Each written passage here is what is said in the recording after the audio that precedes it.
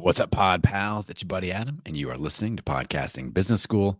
It's the show where I teach podcasters how to love their podcast like a hobby and build it like a business. If you're an online business owner that's looking to learn how to leverage their podcast to get more clients, you're in the right spot.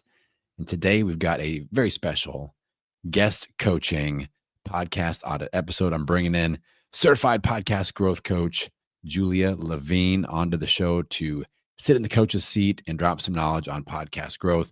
Let me tell you, Coach Julia really has it going on. She gets great results for her clients, and her attention to detail really impresses me. Like, she really digs in, and this is a great episode. So you're going to enjoy this. Also, public service announcement. If you are a podcast coach, a podcast launch coach, if you are a podcast editor, producer, any of those labels, or if you have a service that you're providing a service to podcasters in any way, like a social media manager, things like that.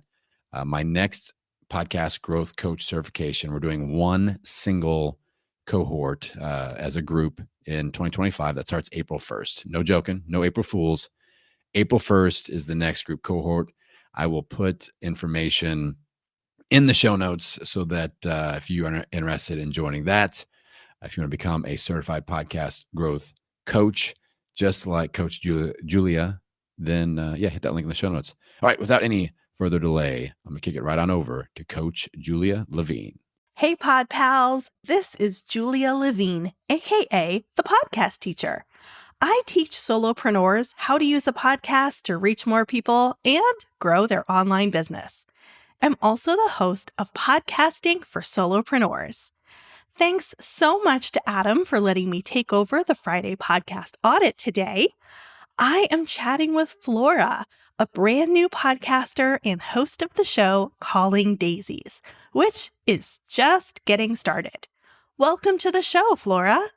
Hi, thank you so much for having me here. I'm so excited. Awesome. Well, I'm so excited to look at your podcast, and I see that you haven't officially launched yet and don't have any episodes published, though you do have a trailer. Is that right? Yeah, that's right. I actually have my first episode. It's just in the final processes of editing. Gotcha. Okay. Well, let's start just by establishing kind of your vision. So paint the picture for me 6 months from now. What does the ideal scenario look like for you when it comes to your show? 6 months from now, the ideal scenario would be just to have listeners. While I do want to grow my podcast to be something bigger in the future, like right now, the goal is probably just like to get listeners in general. Fantastic. That's always a great place to start. And so, with a brand new show where we don't have episodes to analyze, we don't have kind of a workflow or a promotion, a marketing strategy to analyze, I like to look at kind of the three foundational pieces, which are the title, the cover, and the description. So, if that's cool with you, I have some thoughts on all three of those that we can discuss. Yes, that is great. Thank you. Okay, great. Yeah. So let's kick it off with the description. So your description is great. I noticed that this is a revised description. So when you first scheduled the call a couple weeks ago, I looked at your podcast just to kind of get a little bit of an idea of who you were, what the show context was, and all of that stuff. And so I noticed when I looked at it yesterday to prepare for this call that it has been revised. And this second version is like knocking it out of the park. So much better. So fantastic job on that front. In particular, I love that you're framing the content in a way that conveys the value to the listener. So you use language like, this is your safe space for heartfelt conversations about sexual assault, depression, abuse, and PTSD. You reference navigating and sharing the journey with them. So I feel like at this stage of the game, with your show just launching, I have a pretty good idea of what the show is going to be about and who it's for from just reading the description, which of course is the goal. So fantastic job there. One suggestion that I do have for you is to add some Google style questions. So these are things that your ideal listener might be typing into their search bar and that your show can fulfill their need. So, how would I incorporate that into the description? Because there's also the character limits for the descriptions on like my hosting site. Yeah. So when you host on Spotify for Podcasters, formerly Anchor, they do give you a character limit, which is kind of challenging to work around sometimes. So if you can, typically I recommend adding 5 to 10 Google style questions, but even one or two like heavy hitting questions would be great. And I know that right now you have information in the description about when the show is launching. And so, obviously, if you take out that sentence, once the show actually launches, you'll have at least another sentence of space to play with. So, I think that you can finagle it a little bit. And then maybe down the road, if you decide to change platforms, other platforms don't have a character limit. And so, it's a little bit more easy to get all the information in there. For changing platforms, which one would you recommend, like without a character limit? I think I might as well just do it from the get-go. So I'm a big fan of Buzzsprout. They are my absolute favorite. I feel like their platform is really easy to use, really intuitive, and they have the absolute best customer service that I have ever experienced. I'm a big fan of them, and their plans are very reasonable. I pay $12 a month for my current hosting plan, so they're not outrageously expensive either. Okay, perfect. Thank you so much. I'll do that like once we're done with the call. Yeah, absolutely. My pleasure.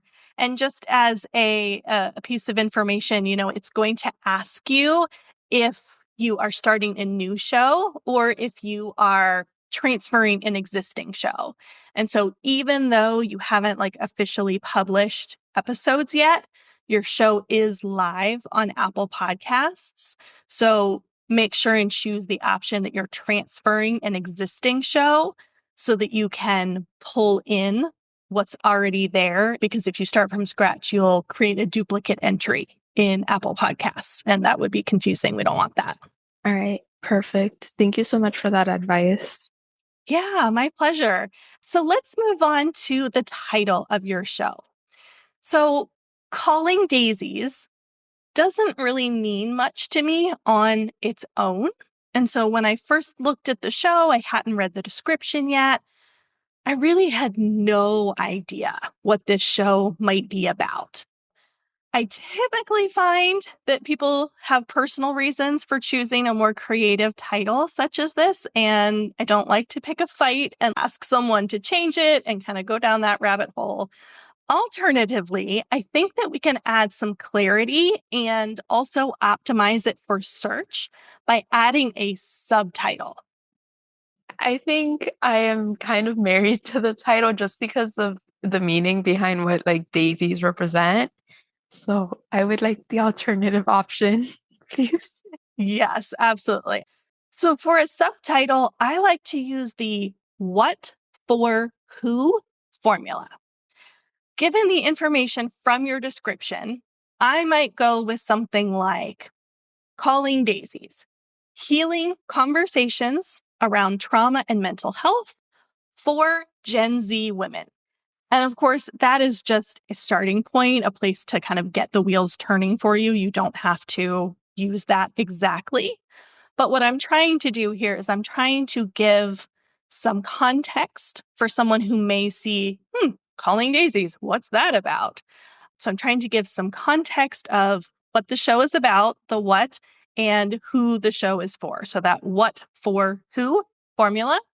And then I'm also trying to get some keywords in there that people might be searching for so that your show is more likely to come up in the search results.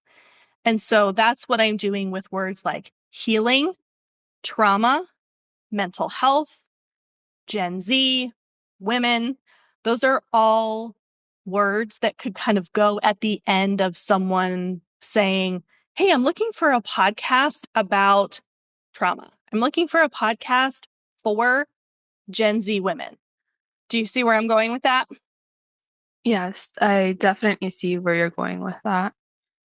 How does that first draft feel to you and the idea of adding some of this clarity and the keywords into the subtitle? I definitely see the value of adding the extra keywords to the title.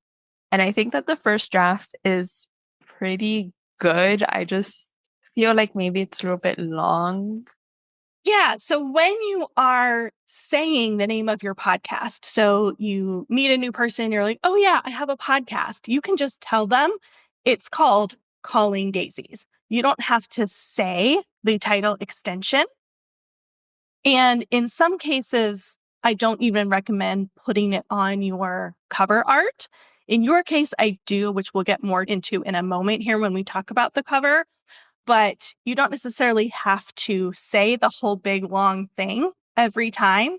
So when you start each episode, hey, welcome back to Calling Daisies. I'm your host, Flora, blah, blah, blah, and you get into the episode. So you don't have to say the whole big long thing. Does that make it feel a little more doable? Yeah, it definitely makes it feel more doable. What section do you add like a subtitle to? Great question. So the subtitle is actually just formally part of the actual title. So in whether you are in Buzzsprout or, a different hosting platform where it says like enter the title of your podcast, you're just going to put all of this in. So I like to separate kind of the main part of the title from the subtitle with either a dash or a colon or a vertical line, something to just kind of like break it up a little bit visually. So you would put in Calling Daisies dash healing conversations around trauma, mental health for Gen Z women, or whatever you choose. It doesn't have to be all of those words, but something along those lines, and it just goes straight into the title field. Perfect. Thank you so much. Yeah, you're welcome. All right. And so moving on to the last piece to look at for this brand new show is the cover art. And so, as I mentioned a moment ago, I don't always recommend putting the subtitle on the cover art, particularly if the show's main title is relatively clear. But in the case of a creative title where it's not quite so clear, I do recommend putting your subtitle, or at least a portion of the subtitle, on the cover art so that someone can see that front and center right away when they're scrolling. And so, of course, your podcast cover art is one of the first impressions. People see it in their podcast feed, and, we process a lot of information visually. And so I love to get as much context on the actual cover as we can to help with that quick burst of information that the brain is absorbing the first time they see the cover art. And so I see that on your current draft of the cover, again, I noticed that it changed from the first time that I looked at it, and you're moving in the right direction. And I see that right now you kind of have already embraced this concept of providing a little clarity because you have the words heartfelt chats and healing journeys already on the cover, kind of as like a tagline. And so I wanted to say that that's absolutely a step in the right direction. And that's what we're trying to do here. I think that we can add even more clarity by getting more specific. So, my initial impression when I saw that, and I hadn't yet read your description, I didn't know what your show was about. My initial thoughts were heartfelt chats about what? Is this about relationships? Is this about health? Is this about, there's so many different things that can be a heartfelt chat, right? And so, same thing with healing journeys. My mind immediately went to a physical healing journey. So, like a chronic illness journey or a disability journey, something like that. And so, I would love to give a little bit more context to people initially so that the potential listener can process that information and decide, like, oh, that's interesting. That's what I'm looking for here before they scroll on. Because if they have to sit there and say, I'm not quite sure what this is, they're probably not going to take the time to find out. Does that make sense? Yeah, that definitely makes a lot of sense. And I can see people doing that because I do the same when I'm looking for podcasts. Yeah, 100%. So whatever final subtitle language you land on, I would add either the whole thing or at least the meaty first part onto the cover itself. And in terms of your current design, I like the image that you've used of daisies, and that bright pink branding color really makes it stand out.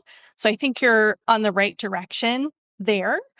I would, like I said, add that subtitle to add some clarity and maybe just play around like with this spacing and whatnot. I would recommend maybe making Calling Daisies a medium-sized font and then also making the subtitle a relatively medium-sized font so that it's readable on that teeny tiny little image that pops up on the phone viewers.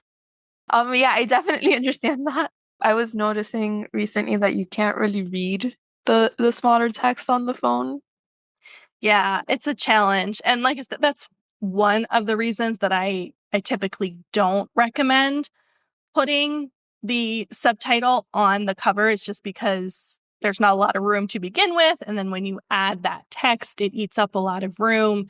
And then what are you left with? So for you, I can see kind of using that transparent image of the daisies that you have in the background and then having maybe like Calling Daisies across the top, and then like the whole bottom half of the image is just the text of your subtitle. Yeah, I can see what you're saying. I knew that something wasn't quite right. Like I was still messing with like the cover. I just didn't really know what to put on there, but I'm glad that you gave me the clarity. Yeah, it's my pleasure. Absolutely. So those were kind of the three things that with a brand new show that we kind of have to work with. So description is great, just a few minor tweaks there. The title, adding that subtitle, I think will be really, really, really helpful for you. And then changing up the cover a little bit to include that subtitle and give some additional context to that person who's brand new to you and scrolling by. So do all three of those things feel doable for you? They all feel doable. Yeah, Okay, great. Do you have any other questions for me? I do. There's like no episodes for you to listen to right now, but with the trailer being up, I guess that kind of gives like a little idea to like what it's gonna sound like. Do you have any thoughts on it at all? I don't think you have anything that you need to change right now in terms of recording. I appreciate that because I'm using like a $20 mic from Target. So I was like, I hope that the trailer sounds like okay enough because that's like what the episodes are gonna sound like. Yeah. Can it sound better? Of course. I don't have high end equipment. My stuff can sound better. There's always room to go forward. I like to ask myself, what's good enough for now? What's good enough to allow me to take action? And what you have going on right now is good enough for now. It's good enough to continue taking action and moving forward. Okay. Thank you so much. That helps a lot. Yeah, you're welcome. And so, as we are wrapping up, if someone out there listening wants to connect with you, what is the best way for them to do that? The best way would be to follow on Instagram and also to subscribe to the podcast on Spotify and Apple Podcasts. It's Calling Daisies on all platforms. Fantastic. Thank you so much for your time today, Flora. Thank you so much for having me. This has been Certified Podcast Growth Coach Julia Levine guest coaching today. And if you like the content that Adam delivers, I invite you to also check out my show, Podcasting for Solopreneurs. I've also just launched my brand new quiz to help you figure out why your podcast isn't growing like you want it to. You can take the quiz at thepodcastteacher.com/quiz.